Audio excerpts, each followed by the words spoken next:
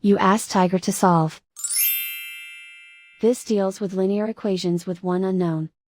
The final result is c equals 3. Let's solve it step by step. Simplify the expression. Simplify the arithmetic. Group all m terms on the left side of the equation. Subtract 5c from both sides. Group like terms. Simplify the arithmetic. Group like terms. Simplify the arithmetic.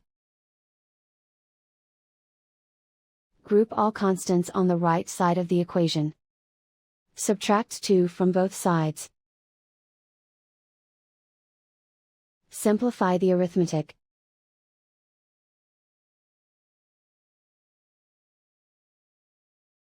Convert the m into a positive number.